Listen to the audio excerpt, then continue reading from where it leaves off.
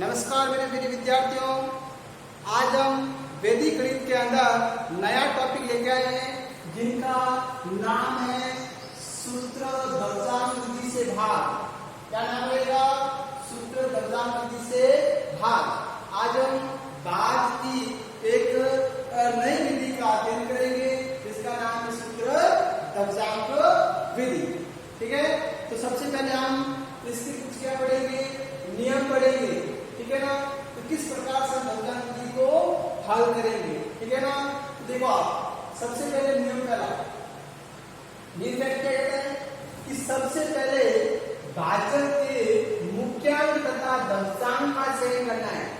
ठीक है ना, माना कि आपने क्वेश्चन ले लिया, माना कि आपने क्वेश्चन हो गया 23,754 भाग 74, माना कि आपका क्वेश्चन हो गया। ठीक है ना, तो सबसे पहले विधि क्या रहेगी? भाजक के मुख्यांक तथा दर्जांक का चयन करने से इंपोर्टेंट मुख्यांक और एक दर्जांक। तो सबसे पहले आपका काम क्या रहेगा? मुख्यांक और दर्जांक का चयन करना। किससे? भाजक से।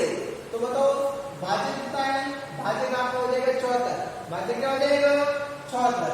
इस भाजक से एक तो आपको मुख्यांक का चयन करना है, एक आपको दर्जांक का। तो बताओ मुख्यांक क्या हो जाएगा? भाजक का जो आगे वाला अंक है, भाजक का जो आगे वाला अंक है वो आगे वाला अंक के साथ ही आगे वाला अंक हो जाएगा आपका मुख्यांक। आगे वाला अंक क्या हो जाएगा? मुख्यांक। और जो दर्जांक है वो हो जाएगा पीछे वाला अंक क्या हो जाएगा? 4। तो आपका मुख्यांक हो गया 7 और दर्जांक हो गया 4। अब आपके माइंड में क्वेश्चन आया होगा, आया 100% आपके माइंड में एक क्वेश्चन आया होगा कि सर आप क्या बोलोगे? सर अगर भाजक 112 है, भाजक 112 है तो सर यहाँ पर मुख्यांक और दर्जांक क्या होगा? ठीक है ना, क्वेश्चन आया आपके माइंड में। तो देखो यहाँ पर, तो यहाँ पर हमेशा अगर भाजक के अंदर 3 अंक है तो इसके अंदर हमेशा जो आपका दर्जांक है उस दर्जांक के पीछे वाला दर्जांक हमेशा पीछे वाला अंक है। तो दर्जांक हो जाएगा आपका 2 और मुख्यांक क्या हो जाएगा बताएं? मुख्यांक क्या हो जाएगा? ठीक है ना, अगर भाजक में 3 अंक है तो आगे के जो 2 अंक है उसको आप मुख्यांक के अंदर ले लो और पीछे का जो 1 अंक है उसको आप दर्जांक के अंदर ले लो। तो 112 मुख्यांक क्या हो जाएगा और दर्जांक हो जाएगा आपका 2। ठीक है ना, गुड। अब सेकंड नियम क्या कहता है कि वही प्रोसेस है, क्या करोगे? आपने नियम के अंदर क्या था ना, 3 खंड बनाए। तो सबसे पहले आप क्या करोगे? 3 खंड बना दोगे। 3 खंड। 3 खंड बनाने के बाद जो आपका प्रथम खंड है, जो आपका प्रथम खंड है, उस प्रथम खंड के सबसे ऊपर क्या लिखना है? दर्जांक। क्या लिखना है? दर्जांक। और नीचे क्या लिखना है? मुख्यांक। नीचे क्या लिखना है? मुख्यांक लिखना है। जैसे कि आपने मुख्यांक लिख दिया 7, तो दर्जांक को आपको क्या लिखना है? इस मुख्यांक के घात के रूप में लिखना है। अब जैसे कि मुख्यांक आपने 7 लिख दिया, अब दर्जांक आपको इस प्रकार लिखना है, घात के रूप में लिखना है। जैसे कि मुख्यांक 7 क्या लिख दिया तो दर्जांक थोड़ा ऊपर घात के रूप में। ठीक है ना, मुख्यांक यहाँ पर और दर्जांक ऊपर घात के रूप में। ठीक है, कोई प्रॉब्लम? वही सर मीटिंग में पढ़ा था, तो यहाँ पर जो भी संख्या आएगी वो संख्या क्या रहेगी आपकी? क्या रहेगी बताओ? भागफल। और यहाँ पर जो भी संख्या आएगी वो आपकी क्या रहेगी? शेषफल। ठीक है ना, यहाँ भागफल और यहाँ शेषफल। अब यह तीसरा देखो, दर्जांक में जितने अंक हैं, दर्जांक में जितने अंक हैं, भाज्य के उतने ही अंक तृतीय खंड में लिखते हैं। अब देखो आप दर्जांक को देखो, दर्जांक क्या है? 4 है। 4 में कितने अंक है? 1 अंक है। अब तो दर्जांक 4 है, 4 में 1 अंक है, तो भाज्य के उतने अंक, मतलब भाज्य का जो 1 अंक है पीछे वाला, भाज्य का जो 1 अंक है पीछे वाला 4, उसको कहाँ लिखेंगे? तृतीय खंड में। कहाँ लिखेंगे? तृतीय खंड में लिखेंगे। जितने अंक दर्जांक में उतने अंक आप लिखेंगे तृतीय खंड में। और शेष अंक कहाँ लिखेंगे? मध्य खंड या तृतीय खंड में। मध्य खंड में। ठीक है ना, कोई प्रॉब्लम? हाँ, इसका ध्यान रखना विशेष तौर पर। दर्जांक में कितने अंक? भाज्य के उतने ही अंक क्या होगा? तृतीय खंड में। उसके बाद चौथा नियम इंपॉर्टेंट, इसको भूलना मत, इसको भूला इसका मतलब सवाल गलत हो जाएगा। प्रत्येक स्टेज में आपको संशोधित भाज्य निकालना है। संशोधित भाज्य कैसे निकालोगे? संशोधित भाज्य निकालने का जो सूत्र रहेगा वो रहेगा नया भाज्य। जब आप बात करोगे तो आपको नया भाज्य प्राप्त होगा।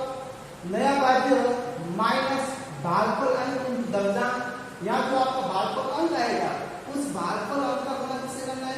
दर्जांक से करना है। और भागफल अंक का गुणा दर्जांक से करने के बाद किसमें से घटाना है? नया भाज्य में से। इससे आपको क्या प्राप्त होगा? संशोधित भाज्य। ठीक है ना? कोई प्रॉब्लम इसमें? गुड। उदाहरण देखना। अब हम क्वेश्चन करेंगे। अब क्वेश्चन से स्थिति को एक पूरा समझ लेंगे। ठीक है ना? हाँ, तो क्वेश्चन देखिए अच्छे से। क्वेश्चन है आपका पहला क्वेश्चन 23,774 भाग 74। ठीक है ना? कौन सी विधि से करना है? दर्जांक विधि से करना है। तो सबसे पहले क्या पता करोगे? सबसे पहले पता करोगे भाज्य का। तो भाज्य हो जाएगा, भाज्य का पता करो। भाज्य क्या बताओ? भाज्य 74 है भाज्य। उसके बाद किसका पता करेंगे? मुख्यांक का। मुख्यांक कितना हो जाएगा? भाज्य का आगे वाला ये 60, ये क्या हो जाएगा आपका? मुख्यांक। उसके बाद क्या पता करोगे? दर्जांक का। बताए दर्जांक क्या हो जाएगा? दर्जांक ये वाला पीछे वाला 4, दर्जांक क्या हो जाएगा? 4। मुख्यांक 7 और दर्जांक 4। ठीक है? अब 3 खंड बढ़ा दोगे। बढ़ा दो 3 खंड। फर्स्ट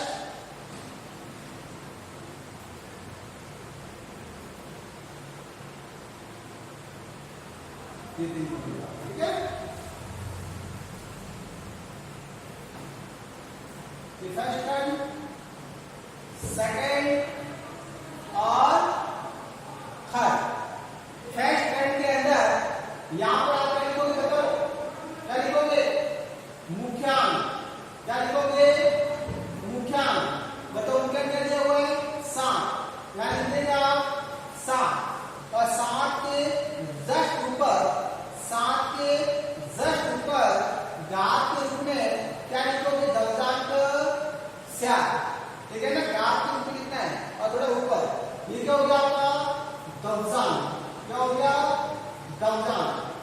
अब बताइए क्या करें? बताओ। तीसरा नियम क्या था आपका? तीसरा नियम क्या कहता है कि दर्जांक में कितने अंक है? दर्जांक में 4। 4 में कितने अंक है? 1 अंक। कितने अंक है? 1 अंक। तो आप क्या करोगे? भाज्य का जो पीछे वाला अंक है, भाज्य का जो पीछे वाला 1 अंक है, उस 1 अंक को लिखेंगे तृतीय खंड में। कहां लिखेंगे? तृतीय खंड में। और शेष अंक कितने भाई? ये वाला 23,75 उसको कहां लिखेंगे? द्वितीय खंड में। कहां लिखेंगे बताएं? द्वितीय खंड में 23,75। ठीक है? गुड। बताओ अब क्या करें? बताओ एक बार। आप देखना है अच्छे से। यहां पे पता क्या आएगा? यहां जो भी संख्या है वो भागफल होगा और यहां जो भी संख्या है वो क्या होगा? आपका शेष कर। अब देखना, अब विधि देखिए नंबर 1। सबसे पहले क्या करोगे? अब बताओ 2 के अंदर 7 का भाग जाता है? नहीं जाएगा, क्योंकि 2 छोटा है 7 से। ठीक है ना? तो ये दोनों हम लेंगे। कितना हो गया आपकी? 23। अब बताओ 23 के अंदर 7 का भाग जाता है? यस, बिल्कुल। तो 23 के अंदर 7 का भाग दो। 23 के अंदर 7 का भाग कितनी बार जाएगा? बताओ। 3 बार। 7 3 21, 7 3 21, 3 बार। माइनस करो 23 में से 21, इसे कितने बचे बताओ? 2। ये 3 क्या बताओ? ये 3 क्या है आपका? भागफल। ये 3 क्या है? भागफल। और ये 2 क्या बताओ? शेष 2 क्या है शेष पद। बताओ भागफल 3 का उत्तर है यहाँ पर, ये होगा आपका भागफल 3 और शेष पद 2। अब ध्यान रखना यहाँ पर जो भी शेष पद आएगा वो आएगा आपका अंतिम शेष पद।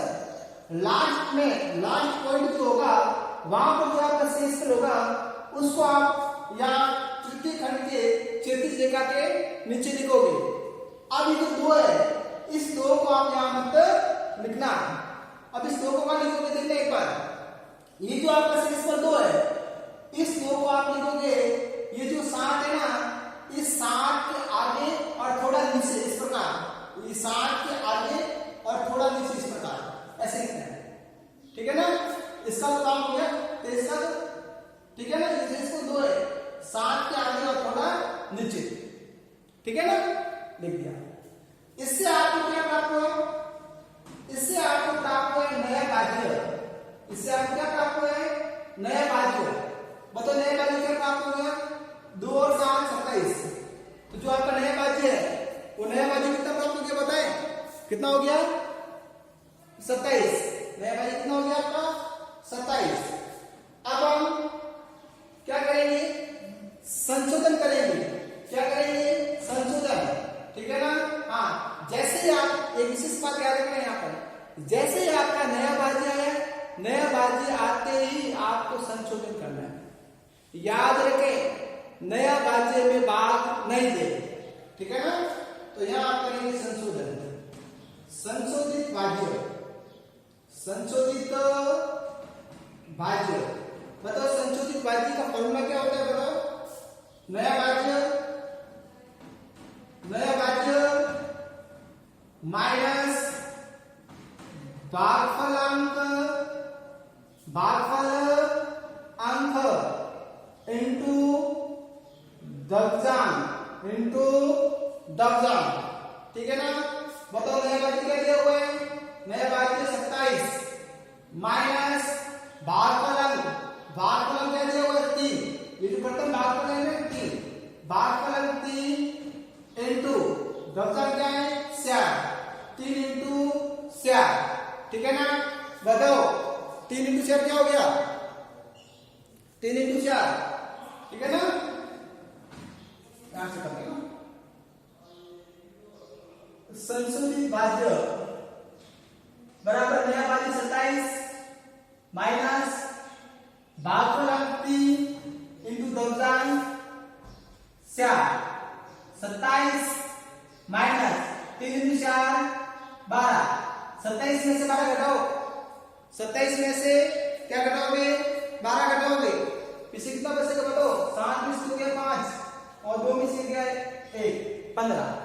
हाँ अब जो आपका भाग जाएगा वो भाग किसमें जाएगा संशोधित बाध्य में, और संशोधित बाध्य 15 है ना, इस 15 के अंदर किसका भाग होगा मुख्यांक 7 का।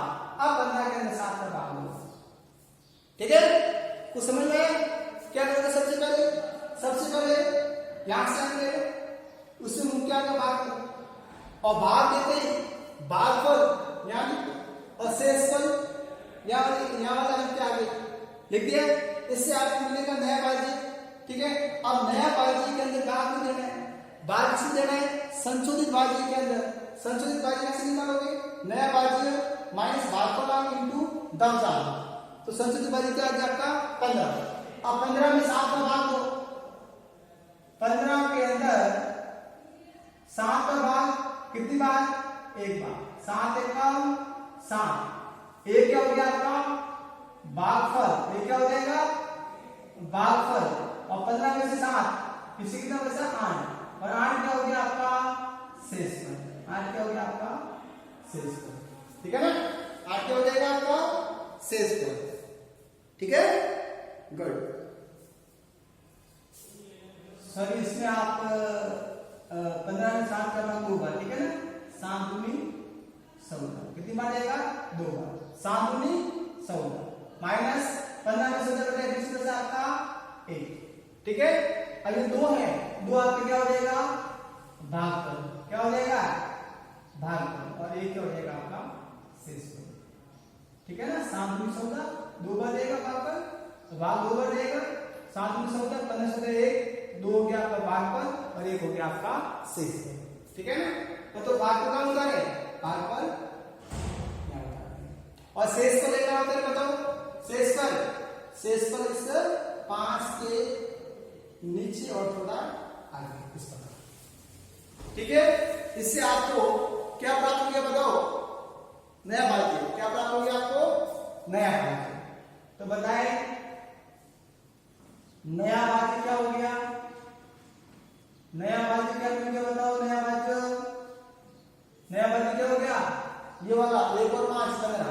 नया भाज्य क्या मिल गया आपको 15। जैसे आपको नया भाज्य मिले तो क्या करना है आपको संशोधित करना है। तो संशोधित भाज्य कैसे निकालोगे। नया भाज्य 15 माइनस भागफल कौन सा किंतु हो गया भागफल 2 इंटू दबजान। भागफल 2 इंटू दबजान 4।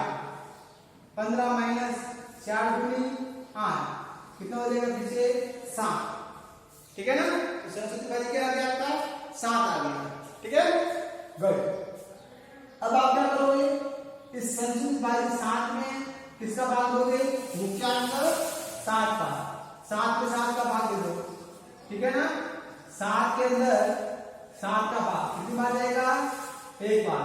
7 एकम 7 1 हो गया आपका भागफल 1 हो गया आपका भागफल और 7 0 0 क्या हो गया आपका शेषफल। क्या हो गया आपका शेषफल। ठीक है ना। अब ध्यान दो। अब भागफल जो 1 है वो कहाँ उतारेंगे यहाँ पर। ठीक है ना। और शेषफल ये क्या आपका 0। शेषफल कहाँ उतारेंगे से आगे और थोड़ा नीचे 0 से आगे। ठीक है बड़े। अब बताओ नया भाज्य क्या प्राप्त हुआ। नया भाज्य क्या प्राप्त हुआ बताएं 0 से आगे। क्या प्राप्त हो गया 0 से आगे। ठीक है ना। नया भाज्य प्राप्त हो गया आपको 0 से आगे। गुड। अब देखिए आगे अब देखो अब मैं यहाँ पर एक इंपोर्टेंट बात कर रहा हूं। वो इंपोर्टेंट बात क्या रहेगी जैसे ही आप तृतीय खंड में पहुंच जाओ। जैसे ही आप थर्ड खंड में पहुंच जाओ उसके बाद आपको भाग नहीं देना है।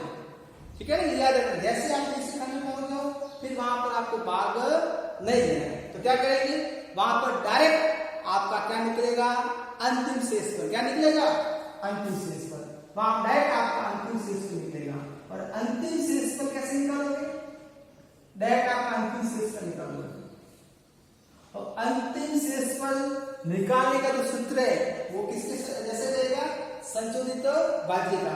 जो सूत्र संशोधित भाज्य का है वो सूत्र किसका रहेगा अंतिम शेषफल का। तो कैसे निकालोगे नया भाज्य अंतिम शेषफल बराबर नया भाज्य 0 से 8 माइनस भागफल हम क्या हो जाएगा 1 3 का उपयोग यहाँ हो गया 2 का यहाँ पर इसी तरह आपका 1 इंटू दबजान 1 इंटू दबजान 0 से 8 1 माइनस 1 इंटू से 8 इसके बाद आपका 0।